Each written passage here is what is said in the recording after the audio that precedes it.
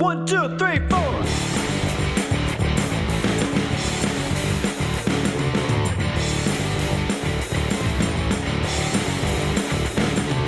Oh, they love to tell me that I'm wasting my time, never moving on, just holding the line. But all the same, I'll still be here when I see you again, 'cause you're the one who let go and turned on a dime.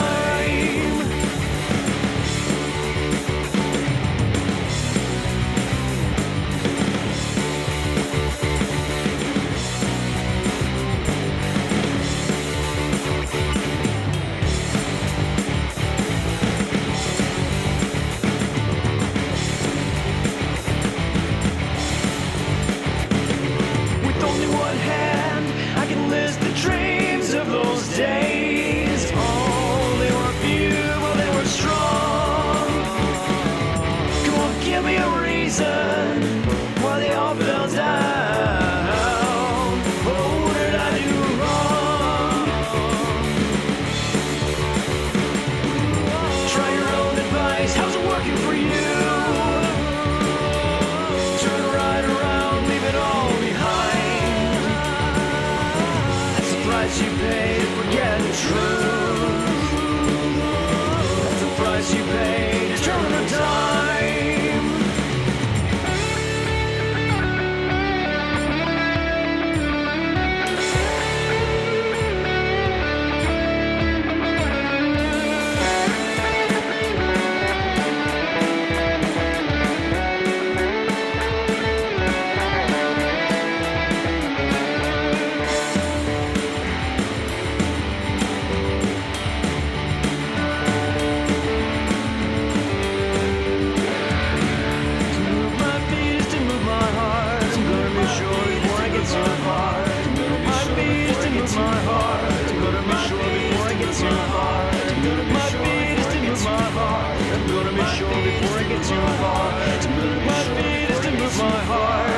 Sure before I get too far.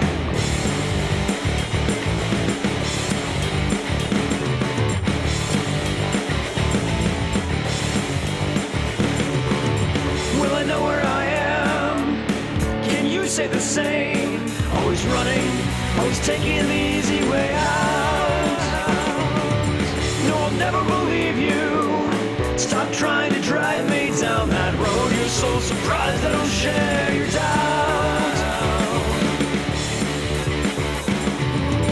Try your own advice, how's it working for you? Turn right around, leave it all behind. That's the price you pay to forget the truth. That's the price you pay to turn a dime.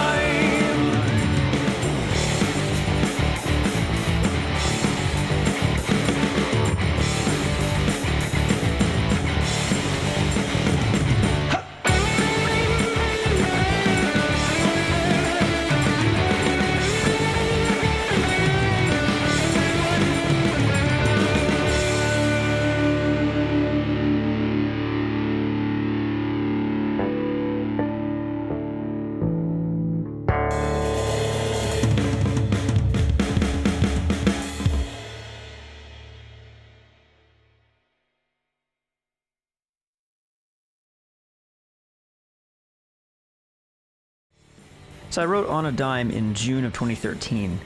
It took about 8 months to finish it originally.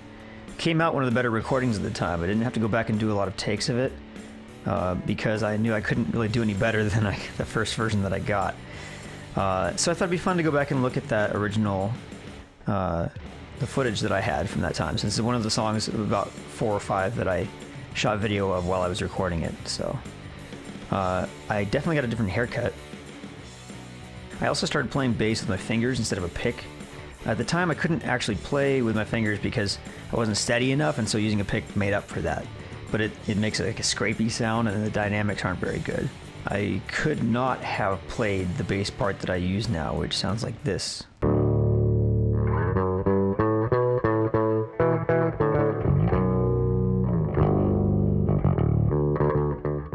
Honestly, if you didn't know what was there, you you probably wouldn't hear the double notes or any of that. There's a lot of detail that gets buried in a final mix.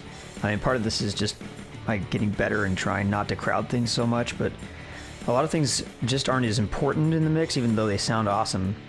Like these rhythm guitars from the bridge, I don't know if you can hear these, but this is what's happening.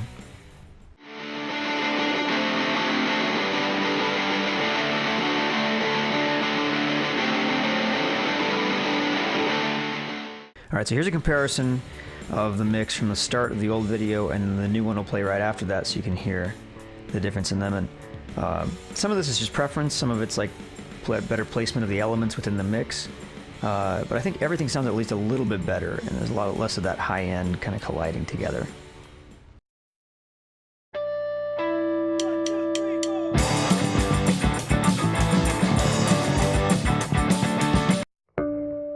One, two, three, four.